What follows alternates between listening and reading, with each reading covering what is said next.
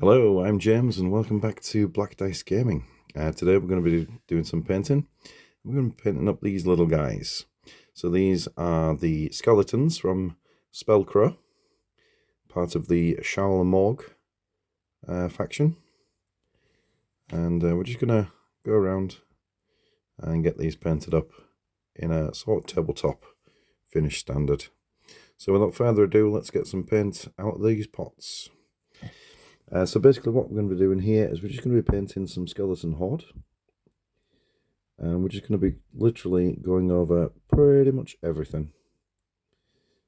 And getting it in all of the nooks and crannies. The sculpts are amazing. And it looks like it's going to take contrast paint extremely well.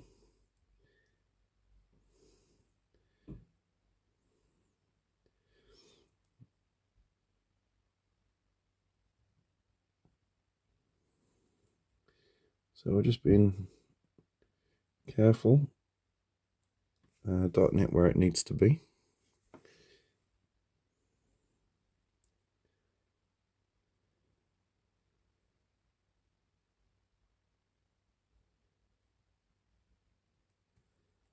Making sure we're catching all of the bits that we want in the bun. Okay, so there's the first one pretty much done. That's lots of fur on them as well, so we'll obviously be tackling that with some different colours.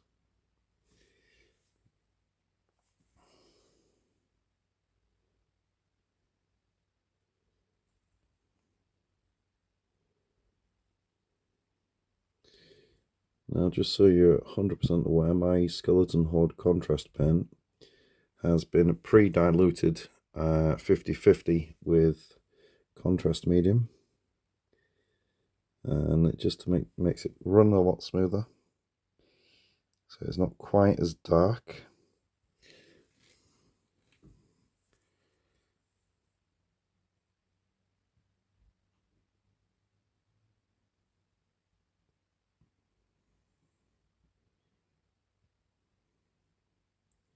So although we're trying to be particularly careful here, it's not the end of the world should we get it in places where we don't particularly want it to be, because it's a nice light colour.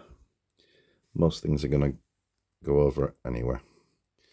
There's the second one. As you can see, the contrast paint is doing quite a lot of the work for us. Okay, so there's 8 to do, so I think you've got the gist of what I'll be doing here. So I'm just going to go around and do the others. Some of these do have air, so I suppose they're trying not to catch it, but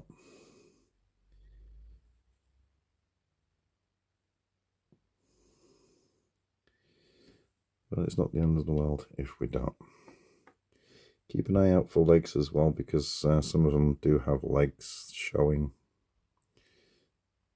So we just make sure that we are methodical and we hit everything that needs to be hit in the button colour, so we're not having to come back later on and tidy up. Oops.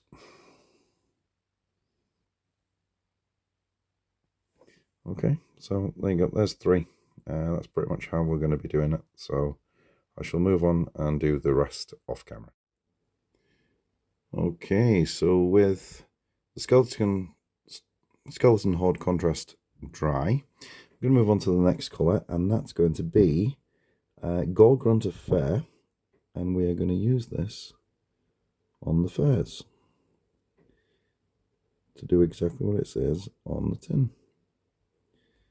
Okay, so we're just going to get in.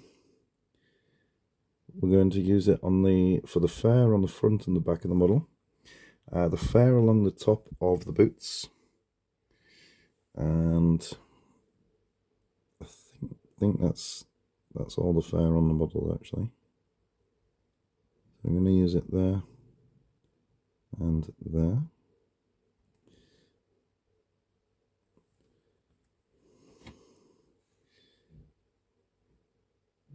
Now it's entirely up to you when you're prepping these models. You can put them on the bases and paint them, but I thought I'd give it a go this way.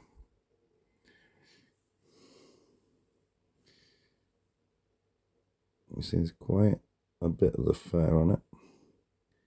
Now the idea with miniatures of this size is that it is usually better to go slightly brighter than what you would normally go. So Gorgon Fair is quite a lighter colour in comparison to some of the other contrast paints that are brown. But we are going to have to use obviously a slightly different brown on the handles of the weapons and things.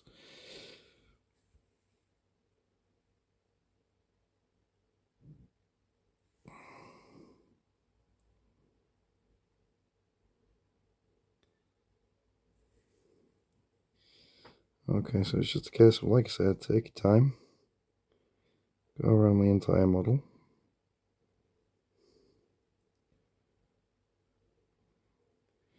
And let the contrast do the work for you. Make sure you don't miss anywhere, because you don't want to be coming back and making tidying up your mistakes.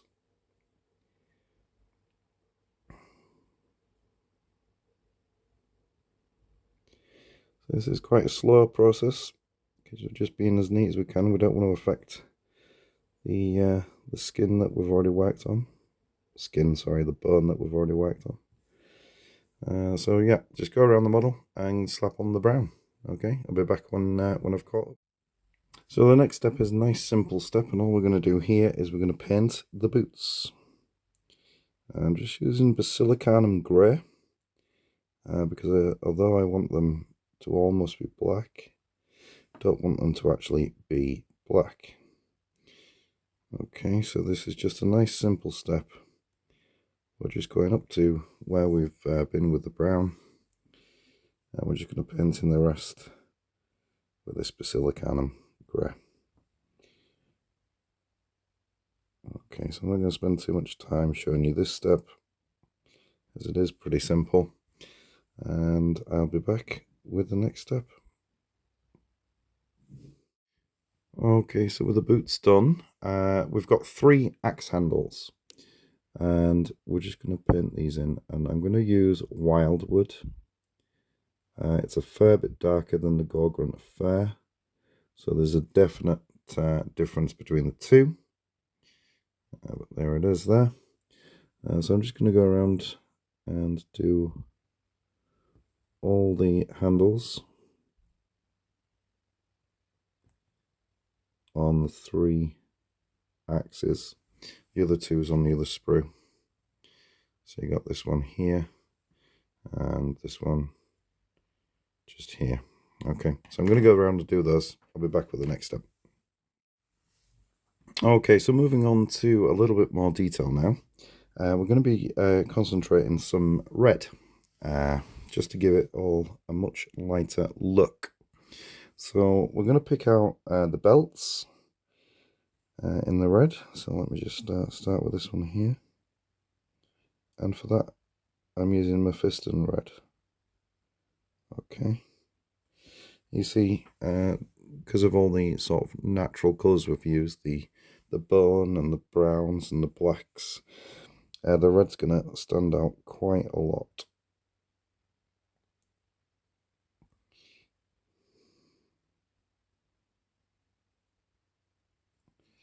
There we go. Now, there are some with sort of hand bands and things like that, so I'm also going to catch those in the red. It's going to make it a nice standout sort of colour. You could pick whatever colour you wanted. If you wanted to do it blue, if you wanted blue to be your colour, then that's brilliant. It's just something that's going to make it stand out I didn't use red because red's my favourite colour, really.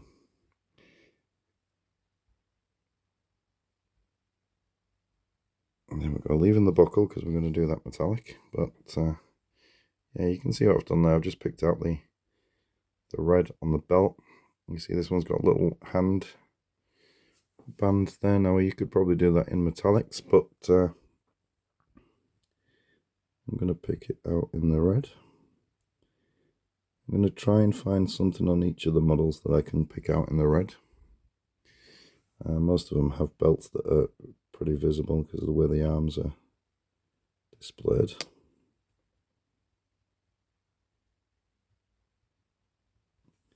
But yeah, something along those lines. Just going to get in and cover the rest of it. Yeah, something like that. Okay, so this one's got an armband, this one's got a belt, this one's got some wraps, so I'll be doing those. Some wraps on this one as well. If you turn it round, you can probably see the belt on all three of them. Sorry, all four of them. So they'll all be done as well. Anyway, I'll get on with that and I'll be back with the next colour. Okay, so moving on to the metallics. We're going to be using Iron Hands Steel.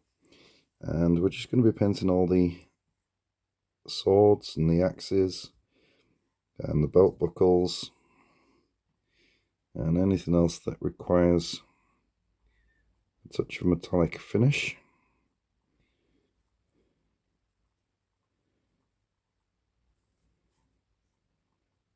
These sword hilts are very, very close to the hands, so just be very careful when picking them out. I'm just going to blast in his belt buckle there. A little bit more coverage. Okay, so there's a few swords and few swords to do and a couple of axes that need doing.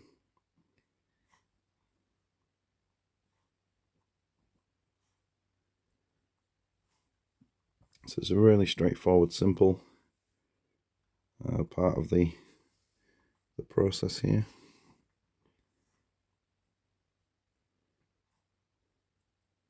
It'd be a nice little finishing off. All the base colours will be done then.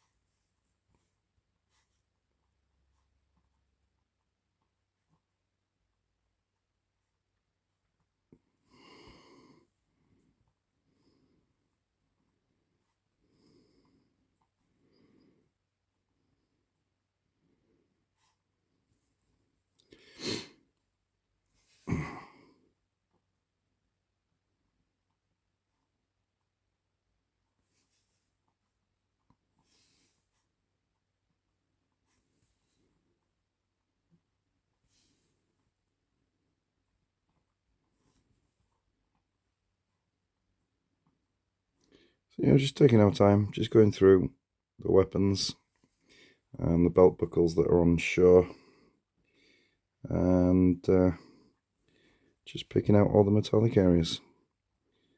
Okay, so it's as simple as that. And is it going to come into focus for me? There you go. So I'll carry on with the rest and then we'll be back with the highlighting stages.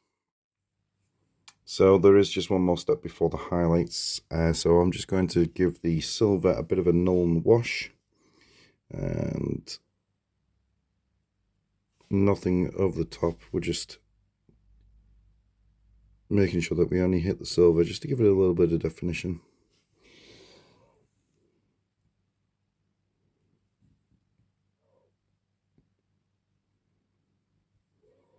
There is a lot of nicks in the metalwork, and the Null Wash is going to pick out a lot of that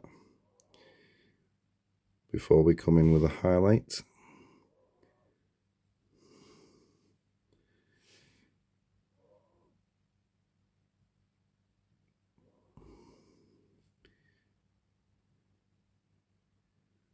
I'll do it on the sword here so you can see exactly what I'm getting at.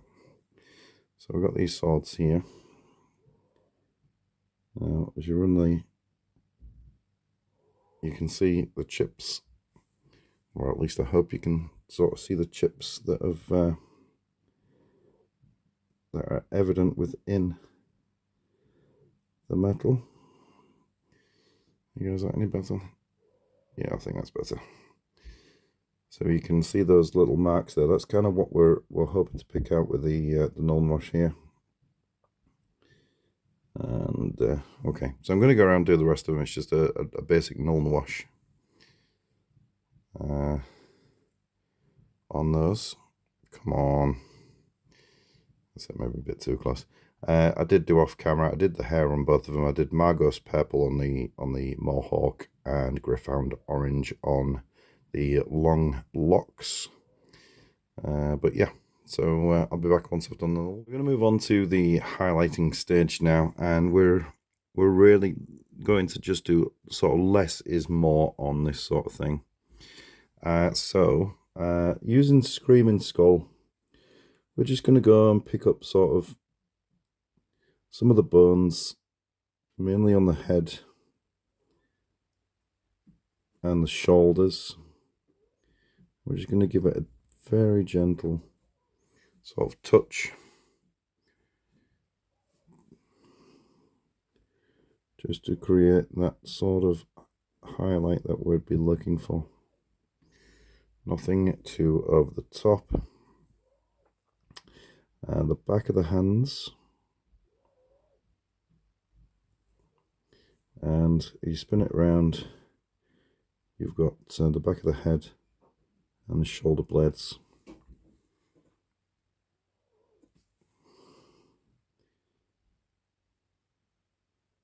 And again, it's just to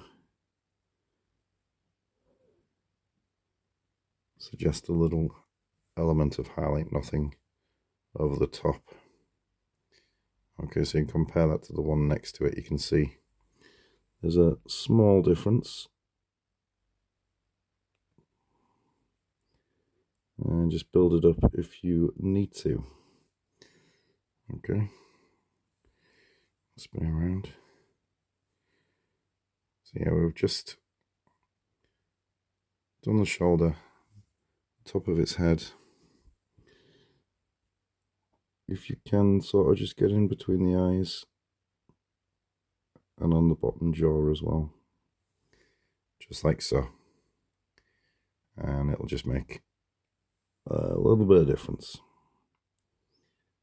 Okay, right, so this is going to be a long process, so I'll carry on with the rest of them and I'll be back in a few.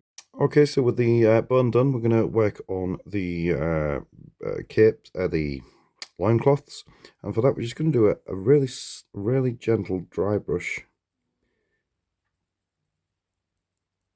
And for that I'm using Bane Blade Brown, and it's just to sort of pick out the highlights, nothing over the top. Just catch those, the fur on the feet as well.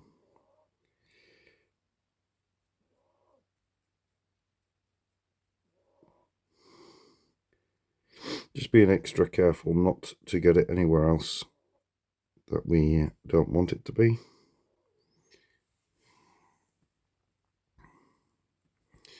Bring this up. So you can see it's just catching the edges, just changing the highlights from that lovely brown to a slightly paler brown. Bane Blade, yeah, Bane Blade Brown's a really nice colour actually. Not the kind of colour you could use on lots of things, but it's definitely a good one to have in your arsenal.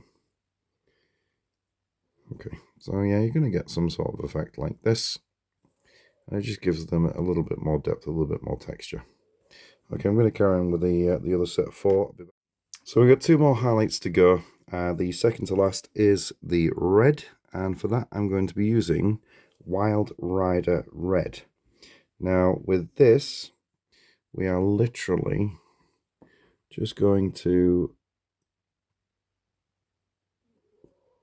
touch the red parts just to give them a little dot, so to speak, and then the same again on the back.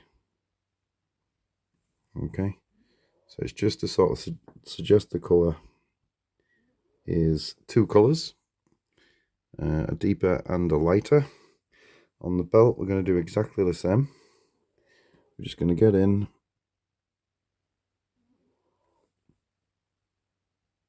and sort of cover half of it, like so. So it looks slightly highlighted.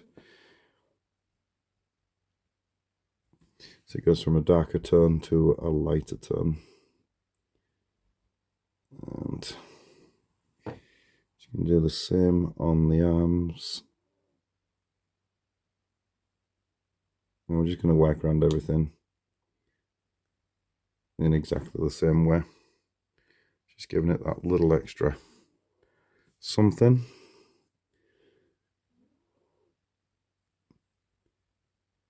Even if it's just a little dot or just a little stripe.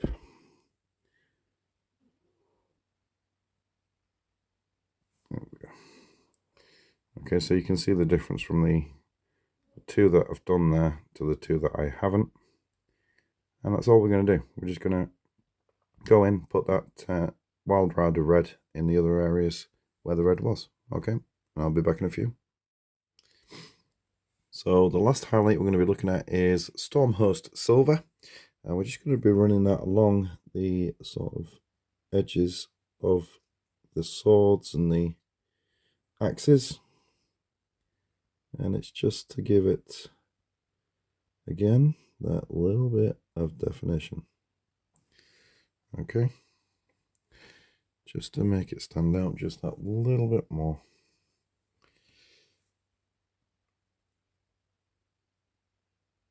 So run it along the edge, like so.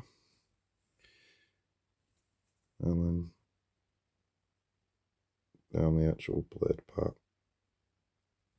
Try and avoid the obvious places where little nicks and dents are. We probably want to keep them dark still.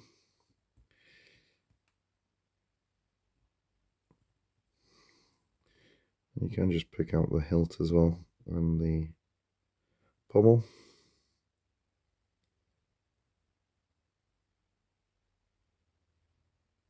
Just like so.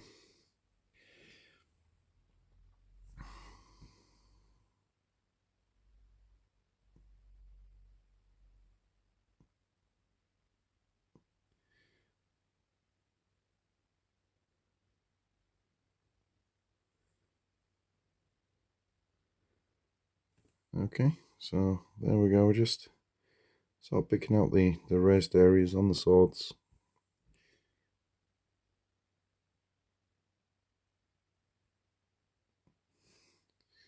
Just to give them a little bit more of a shine. Like so. There's a little belt buckle as well, so we can just touch that in as well. Makes it stand out a little bit more. Okay, so I'm going to crack on with the rest of these, and then we're done. I'll get them based up for you, and I'll show you the final article. So here we go, the final reveal. So I've based them up. All I've done is I put some sand on the top and dry brushed it with Baneblade. Well, I put a Agrax Earth shade on, dry brush Baneblade brown, and then a dry brush of Ushabti bone, just to create that little effect, and then put a little tuft on. So that's the finished articles. I like brown rims, so I've done these in Mournfang brown, and it's going to be difficult for me to get all these up in one go. So there you go. There's 3 of them, and hopefully there was absolutely a pleasure to paint. and I really hope that you will get yourself some of these and paint them up yourself. You don't be too daunting. It's not too daunting to paint 10mm figures. That was my very first attempt, and I enjoyed absolutely every moment of it. The detail is outstanding, and using contrast paints with a little bit of dry brushing, they've made some absolutely outstanding, if I do say so myself, effects. And I've just done that little highlight on things just to make it really pop. And I think it's really paid dividends. It really looks superb. And anyway, that's it. So if you if you've stayed around long enough, let me show you what I'm working on at the moment. So these are the Dark Fawn, and I've just been painting up a couple of these. So I've got 4 of these that they've sent me, and I'm just painting up 2 of them now as sort of test models, and then I'll paint the other 2 up on camera, but that's what's coming soon. So if you've stuck around, here's your little reward. And if you want to see how I paint these up, then please like and subscribe, and you'll see that video as soon as it is available. But that's it. It's been a blast, and I'm going to crack on with some more 10mm and see how they come out. So please like and subscribe, and hopefully I shall catch you in the next one.